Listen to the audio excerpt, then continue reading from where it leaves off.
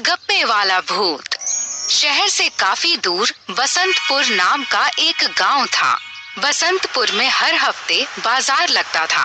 वैसे गांव में ज्यादातर लोग किसान थे, इसलिए हर रोज कोई ना कोई गांव में सब्जी बेचने जरूर आता था। उसी गांव में गोलू नाम का एक आदमी रहता था। गोलू गांव के चौराहे पर अपने गोलगप्पे की दुकान लगाता था और सारे गांव वाले उसी के पास गोलगप्पे खाने आते थे। उसकी दुकान का नाम गोलू गोलगप्पे वाला पूरे गांव में फेमस था। जब कभी भी बच्चों के पास पैसे होते तो बच्चे बस गोलू गोलगप्पे वाले के पास ही जाते थे। इस तरह गोलू की दुकान भी काफी चल जाती थी और उसके परिवार की आमदनी का यही एकमात्र साधन था। एक दिन एक बच्चा गोलू की दुकान पर आता है और कहता है, गोलू चाचा 20 रुपए के गोलगप्पे पैक कर दीजिए, मुझे घर पे ले जाना है। गोलू 20 रुपए के गोलगप्पे पैक कर देता है और उस बच्चे को दे देता है। लेकिन वह बच्चा कहता है, क्या चाचा आपने इतना सारा जल्दीरा दे दिया? तब गोलू कहता है, अरे बेटा ले जाओ, घर वालों को पिला देना, बहुत स्वादिष्ट पानी है। वह बच्चा वहाँ से चला जाता है। थोड़ी देर बाद गोलू की दुकान पर एक आदमी आता है। अरे भाई, आज गोलगप्पे खाने का बहुत मन कर रहा है, जल्दी से बढ़िया खट्टे खट्टे गोलगप्पे खिला दो। गोलगप्पे देखकर मेरे मुंह में पानी आ रहा है। तब गोलू मुस्कुराकर कहता है, अरे भाई जल्दी से हाथ धोकर खड़े हो जाओ, मैं बढ़िया खट्टी खट्टी चटनी तैयार करता हूँ। गोलू चटनी तैयार करने में जुट जाता है। तभी वहाँ पर एक और आदमी गोलगप्पे का ठेला लेकर आ जाता है। गोलू कहता है, अरे भैया, ये कौन सा नया गोलगप्पे वाला यहाँ पर आ गया? इससे पहले तो इसे गांव में कभी नहीं देखा। तब गोलू के पास खड़ा आदमी कहता है, लगता है नई नई दुकान खोली है, उसका ठेला भी बहुत नया लग रहा है, पर कुछ भी हो तुमसे अच्छे गोलगप्पे वह कभी नहीं बना पाएगा। तब गोलू कहता है, अरे नहीं नहीं, भगवान की कृपा से उसका धंधा पानी भी चलेगा और क्या पता उसके परिवार इसी गोलगप्पे की दुकान पर टिका हो। तब वही आदमी कहता है, वाह गोलू, तुम दूसरों के लिए कितनी अच्छी भावना रखते हो। इतने में वह नया गोलगप्पे वाला गोलू के पास आता है और कहता है, भैया मैं इस गांव में नया हूँ और अपनी गोलगप्पे की दुकान चलाना चाहता हूँ, अगर आपकी इजाजत हो तो आपके बगल में मैं अपनी दुकान लगा लूँ।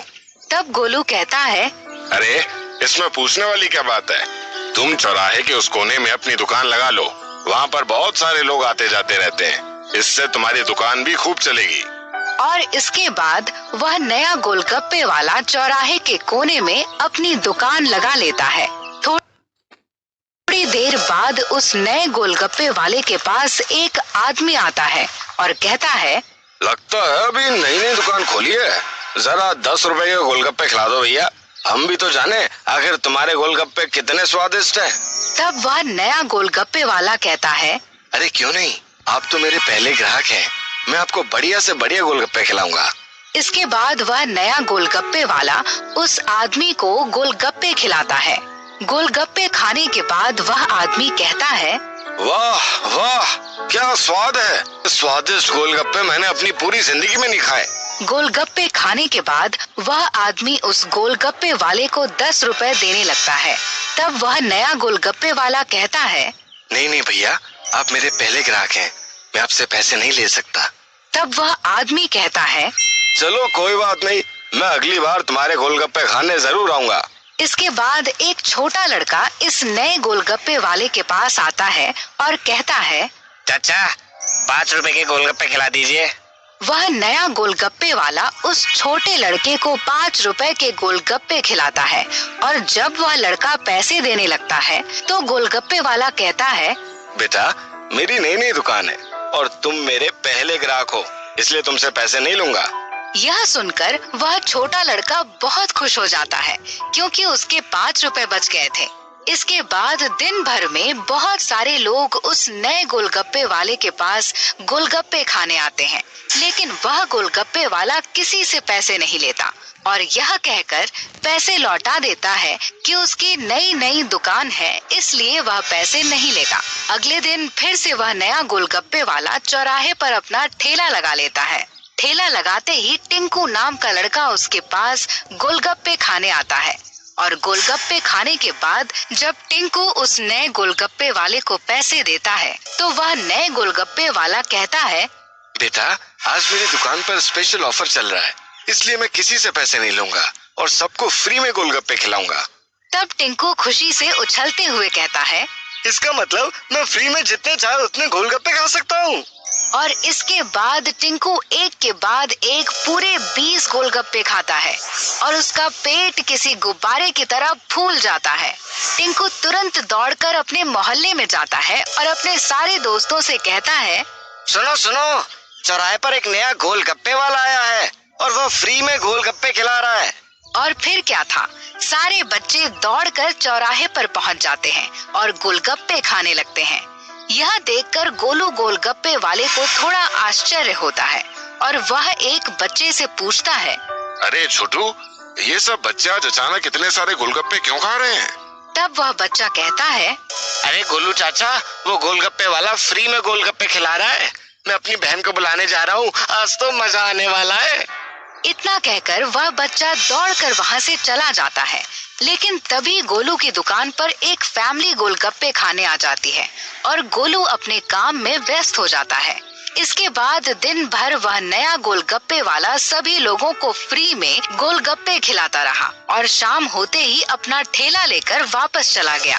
अगले दिन फिर से वह नया गोलगप्पे वाला चौराहे पर अपना ठेला लगा लेता है। गोलू भी हर रोज की तरह अपना ठेला लगा लेता है, लेकिन गोलू के सभी ग्राहक उस नए गोलगप्पे वाले के पास चले जाते हैं।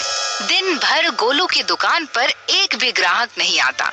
गोलू को एक बात समझ नहीं आ रही थी कि वह नया गोलगप्पे वाला सबको फ्री में गोलगप्पे क्यों खिला रहा है। थोड़ी देर बाद रात हो जाती है और गोलू अपने सारे गोलगप्पे लेकर वापस घर चला जाता है। आज उसकी दुकान पर एक भी ग्राहक नहीं आया था। सभी नए गोलगप्पे वाले के पास फ्री में गोलगप्पे खा रहे थे। थोड़ी देर बाद गांव में खबर फैलती है कि गांव के कुछ बच्चे और लोग अचानक से गायब हो रहे हैं। ऐसा 2-3 दिनों तक चलता रहा और गांव के लोग अचानक से गायब होने लगे। गोलू को उस नए गोलगप्पे वाले पर शक होता है और वह एक रात को उस नए गोलगप्पे वाले का पीछा करता है। वह गोलगप्पे वाला एक गुफा के पास पहुंच जाता है, जहां पर गांव के वो सभी लोग दिखाई दे रहे थे जो अचानक से गायब हो गए थे। इसके बाद वह गोलगप्पे वाला अचानक अपना रूप बदल लेता है और भूत का रूप धारण कर लेता है। यह देखकर गोलू बहुत डर जाता है और कहता है, इसका मतलब ये गोलगप्पे वाला एक भूत है और सभी को जादुई गोलगप्पे खिलाकर गायब कर रहा है। मुझे तुरंत योगी बाबा के पास जाना चाहिए। इसके बाद गोलू तुरंत भागकर गांव वापस आ जाता है और सारे गांव वालों को सच्चाई बता देता है। सभी गांव वाले डंडे और लाठियां लेकर योगी बाबा के साथ उस गुफा में पहुंच जाते हैं। योगी बाबा अपने जादू से उस भूत को मार देते हैं और सारे लोगों को उसके माया जाल से आजाद कर